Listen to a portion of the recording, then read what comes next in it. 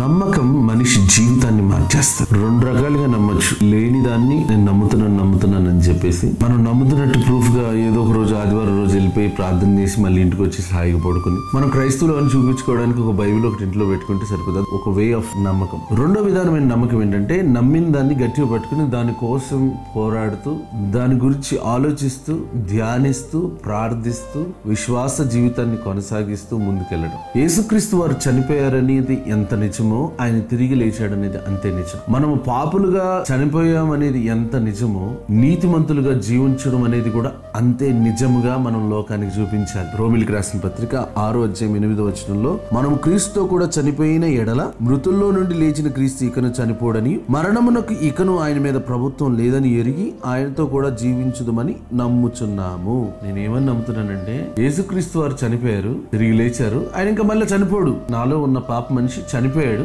నీతిమంతుడిగా తిరిగి లేచాను, ఆయనతో జీవిస్తున్నాను, నేను మళ్ళీ పాపంలోకి వెళ్ళను అని నమ్ముతూ ముందుకెళ్ళాలి. అంతే తప్ప ఆదివారం రోజు దేవుడు మిగతా రోజులన్నీ లోకము అన్నట్టుగా బ్రతకూడదు. అలాంటి బ్రతుకుకి విలువ ఉండదు. దేవుని నామానికి అవమానం తప్ప ఇంకోటి ఏం లేదు. బ్రతికితే క్రీస్తు మనుషులుగా బ్రతకాలి. కష్టమైన శ్రమలైనా ఇబ్బందులైనా కన్నీరైనా అదేదైనా సరే ధైర్యంగా ముందుకెళ్ళాలి. అంతే తప్ప మోటివేషనల్ స్పీచెస్ వింటూ నీకు శ్రమలు వచ్చినాయా, నీకు ఇబ్బందులు వచ్చినాయా, నీకు నష్టాలు వచ్చినాయా, ఇవన్నీ వచ్చినాయా, ఆయన ఖచ్చితంగా నిన్ను కాపాడుతాడు.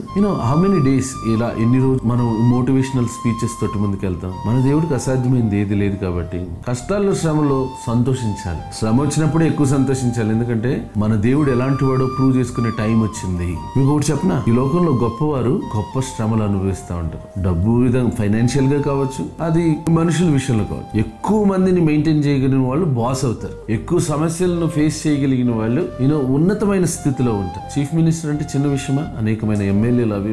మనం రాజులైన యాజక సమూహం. మరి కాబట్టి చనిపోయాం పాపంలో, నీతివంతులుగా జీవించాలి, ఆ నీతిని కొనసాగించాలి. యోహాన్ అంటాడు కదా, మీరు మారు మనసుకు తగిన ఫలమును ఫలించడి అంటే. ఫలించు వారిగా ఉండి మన తండ్రి నామానికి మహిమ తెచ్చువారిగా ఉందాం గాక.